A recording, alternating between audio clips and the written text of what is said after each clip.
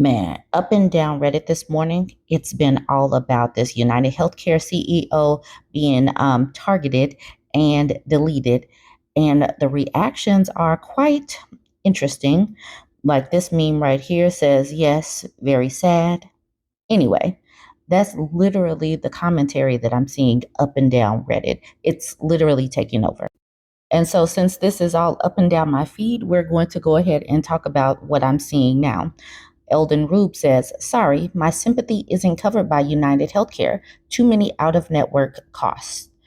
Bisquick Ninja says, I can't see myself caring. My vision is not part of my healthcare plan.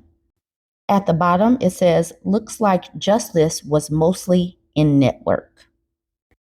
Then Eldon Rube says society could benefit a lot more from flexing some heavy John Q energy when dealing with these insurance ghouls.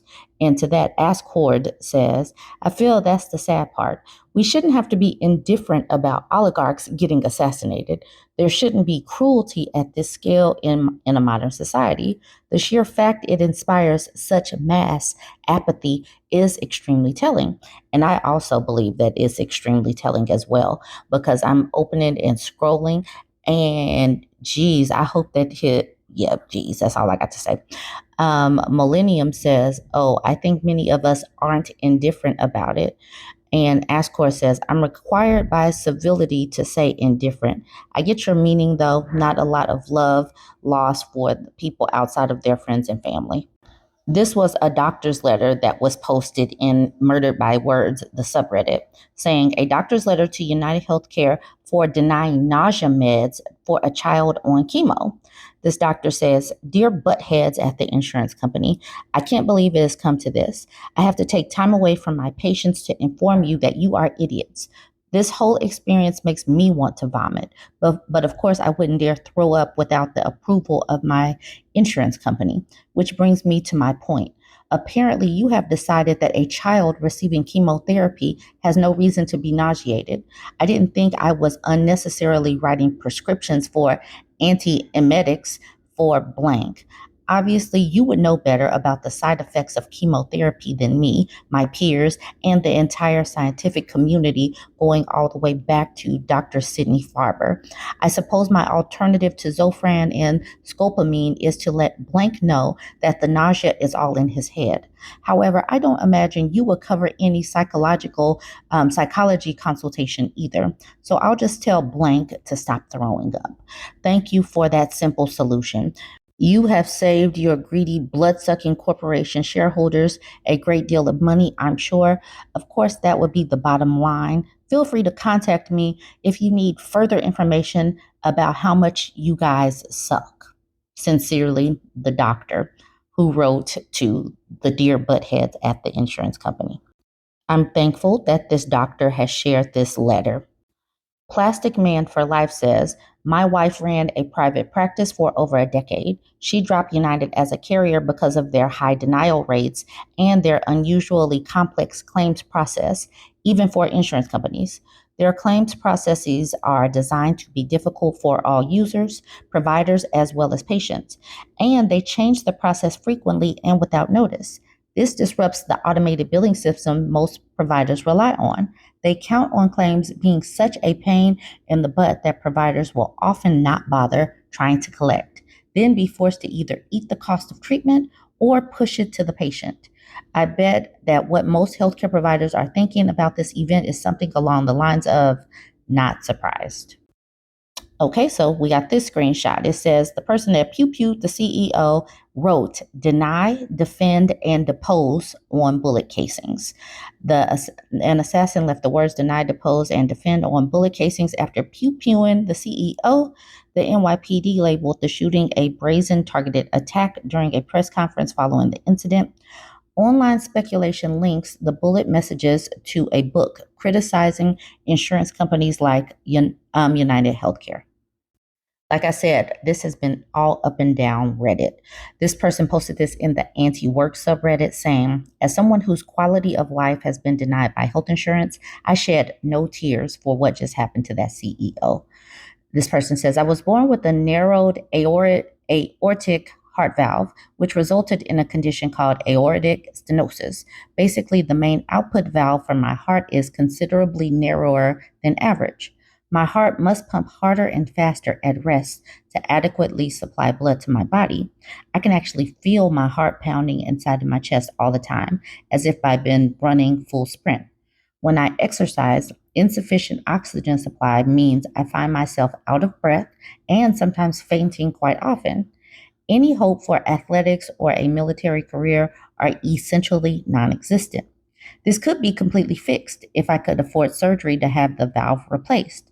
Unfortunately, no health insurance company will cover this operation unless I can prove that the condition has deteriorated to the point that it is life threatening. So, because this completely curable condition isn't immediately killing me, I must wait until I'm on death's doorstep before any insurance companies will, probably begrudgingly and with a million clauses and qualifiers, let me have my life back. That is how healthcare works in America. F this guy. And I hope the AI he approved to help determine who qualifies for coverage denied his bullet wound as a pre existing condition. Okay, there we go. F this guy. I hope the AI he approved to help determine who qualifies for coverage denied his bullet wound as a pre existing condition. All right, let's get into a few of these comments. Graybeard ENG says the guy was worth $41 million, built off the dead bodies from denied insurance claims. This person says, and he's been with the company for 20 years as CEO for the last 3.5 years. I'm always careful not to blame a new CEO for what the company he was brought in to fix has done in the past, but that's not the case here. And then on Golden Wave says, someone commented in another sub that UHC has a $10,000 deductible for their employees. And when asked about this, the CEO said, we all have the same plan. We're in this together. And he said that with a straight face, like a $10,000 deductible affects a guy with $41 million the same way it does as someone making $60,000 a year. Does anyone believe the CEO paid $10,000 in hospital bills today? I'm sure they have the same plan as he said, but guessing the unspoken part is that deductibles for him and his family are covered by some gift from the company. And this person says someone needs to find out how large of a life insurance policy UHC had on him. And on Golden Waves responds with his wife will be made a lot richer. They have plebe employees like the $10,000 of free life insurance to cover burial, but CEOs like this have life insurance policies for millions through the company. Imagine he will get payouts from both his personal life insurance policy through work and from the company policy since he died doing work duties. Whew. Okay, so that's just a few. I'm going to make another post because on LinkedIn, a bunch of CEOs are weighing in, and the CEOs are a little bit more sympathetic, or a lot more sympathetic. So the juxtaposition is certainly there, but that is going to be on the part 2.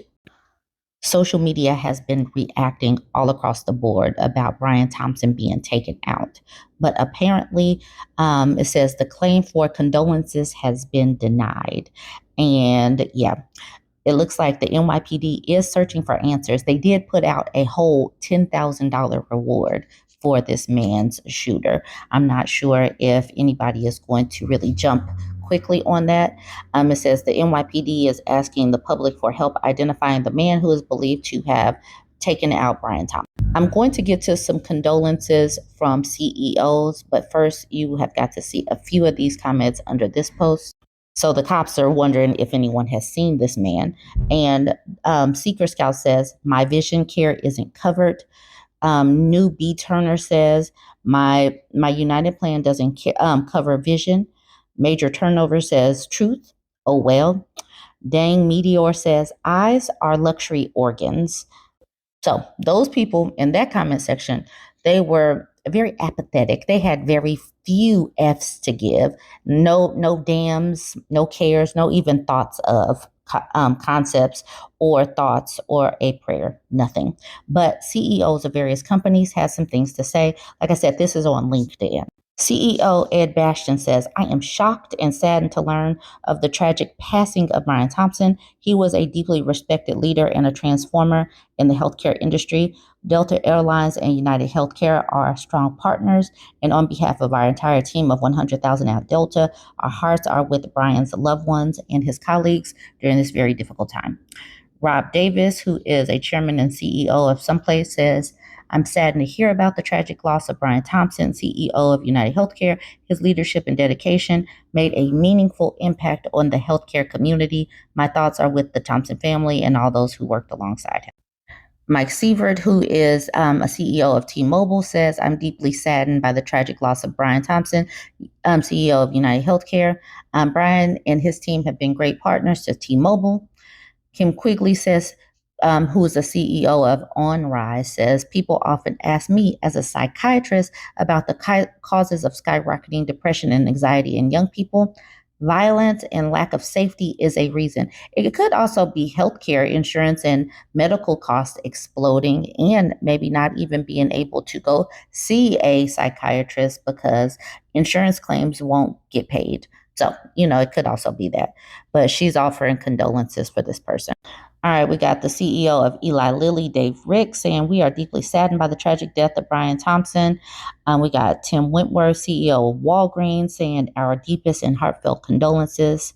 So basically, I'm just saying that these CEOs, they're offering their condolences. I'm sure they had a PR team write this up. Could have even had AI write this up. AI, like how Brian Thompson was using AI to deny claims.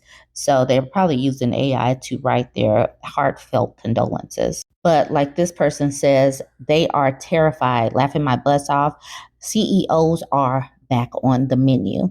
And this is where I started looking at the LinkedIn stuff because Citro says, yeah, they are posting this on LinkedIn because some of them have turned off comments, like the CEO of BCBS. And I wanted to show the juxtaposition because, yeah, these people they can offer these condolences and stuff, but I really wonder how they are feeling, especially in this very volatile climate, and people are so food insecure, housing insecure, money is just tight, and medical claims are up there. People are not particularly healthy in this country. So I wonder what they are really feeling behind those BS PR statements.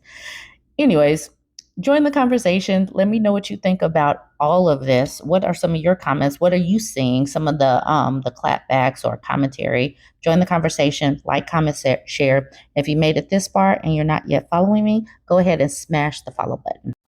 I was sent this post from the relationship advice subreddit, and it was definitely a gut punch. I feel so bad for this woman. Her username, she says, throwaway, just a fat mom. Just a fat mom. That is where her self esteem is right now. She says, how the hell do I, 34-year-old woman, recover from my husband, a 35-year-old man, attacking my appearance during an ugly argument? She says, winter is here, and my husband and I are having serious disagreements about the thermostat. I like to keep the house warm, around 75 degrees, because I get cold really easily. He works from home and says it's too suffocating for him, even at 72 degrees. He's always hot and insists he can't focus on his work if the heat is blasting. I get that, but our space heater broke last week, and his solution, telling me to wear a sweater or a jacket in our own house. I'm going to skip the edits. I'll come back. I refused because honestly, I should be comfortable in my own home. I asked him to open the windows. We've been going back and forth for over a week now. Every time I turn up the thermostat, he turns it back down. Yesterday, things escalated. I walked into the living room to find he'd put a digital lock on the thermostat. I couldn't believe he'd gone that far without even talking to me first. When I confronted him, we got into a huge fight. I told him he was being selfish and controlling and that I'm tired of being cold all the time. He shot back that I just need to suck it up. Then he told me something I can't get out of my head. He told me, fat bodies are supposed to keep warm better, so why are you always complaining about the cold? Yes, That hit me in the stomach. Again, I am not this woman.